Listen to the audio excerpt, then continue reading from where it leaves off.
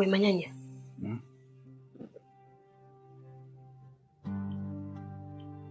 Wewe unaona mpaka saa hizi.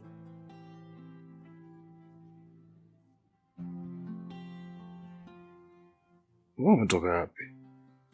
Nimetoka huko, mama aliniita, alikuwa anamtaka mtoto. Nilikuwa nimempelekea. Si unajua tena mambo ya kimila. Mtu na mjukuu wake tena. Anapokuwa anapenda wajukuu. Usije kumdhizisha mikoba tu, na najua wazee nao. Basi mimi nenda nje kwanza. Sasa mbona bado mapema saizi mama? Njoo bwana tupumzike kidogo. Manyanya.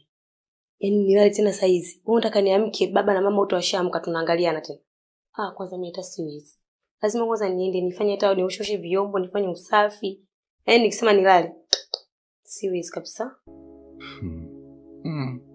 Mtu na ukweni. Tamba mama, ndo wakati wako. Yaani nikwambie tu kweli.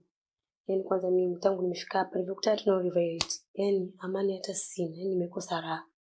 Yaani una kama dharau. Listen. Kwanza naomba nikutoe hofu kuhusiana na issue ya mimi na Violet.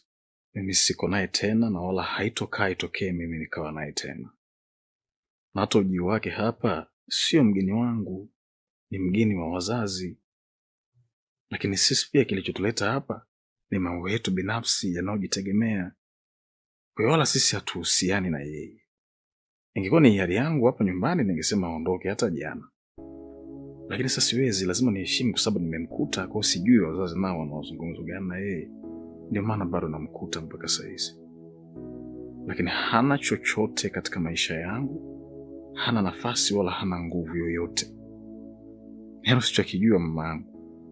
Hata leo hii ukisema utoke ukae huko ndani, yeye aingie huko ndani purukuchu.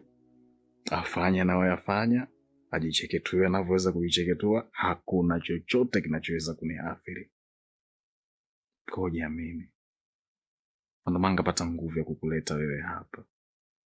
Kwa sababu ndo mwanamke ambaye yupo katika moyo wangu. Nakupenda sana Matilda.